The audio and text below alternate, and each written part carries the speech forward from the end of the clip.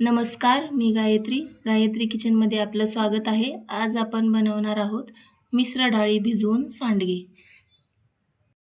मिश्र डाळीच्या सांडग्यासाठी आपल्याला 3 प्रकारच्या डाळी लागणार आहेत. त्यामध्ये अर्धी वाटी मुगाची डाळ, अर्धी वाटी हरभऱ्याची डाळ आणि एक भरलेली पूर्ण वाटी मटकीची डाळ.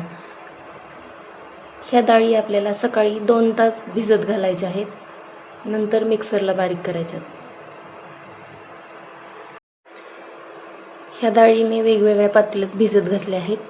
हरभऱ्याची डाळ वेगळी घातली आहे आणि मटकी आणि मुगाची डाळ एकत्र भिजायला घातली, कारण हरभऱ्याची डाळ बारीक व्हायला जरा वेळ लागतो, त्यामुळे ही बाजूला भिजायला घातली. आता ह्या दोन्ही डाळी आपण 2 तास भिजत घालूया.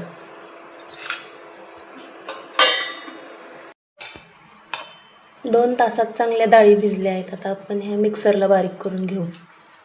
अगोदर हरभऱ्याची डाळ भिजवून बारीक करू.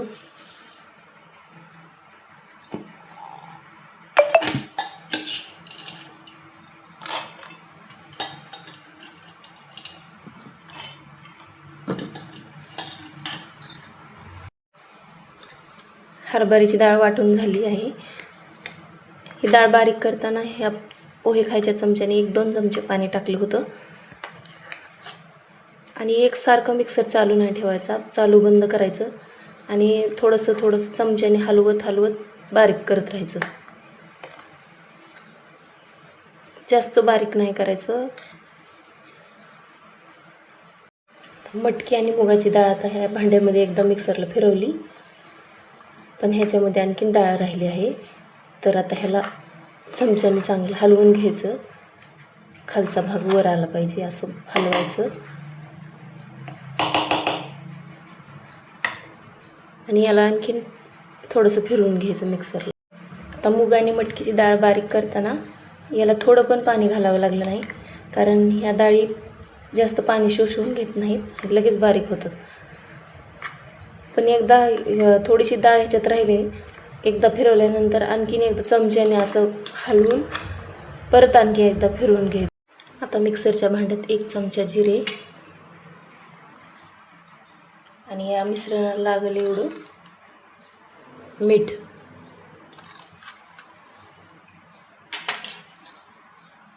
हे बारीक करून घ्यायचं.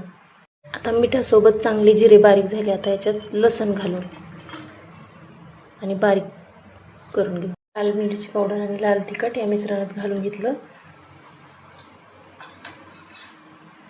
हळद घालून घेऊ थोडीशी.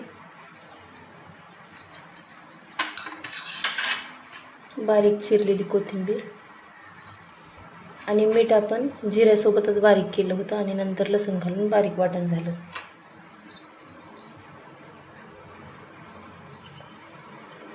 आता हे लसण आणि जिरे चांगले एकजीव डाळीत करून घ्यायचे. आता हे 4-5 सांडगे घालून घेतले आणि त्याला हळदी कुंकू वाहून घेतलं आणि आता बाकीचे सांडगे घालू.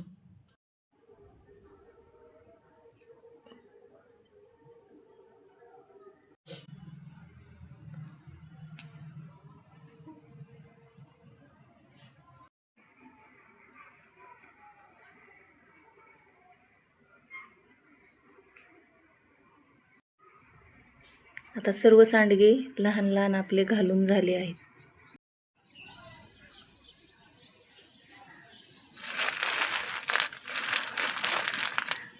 एक दिवसात आपले सांडगे असे वाळून निघाले आहेत.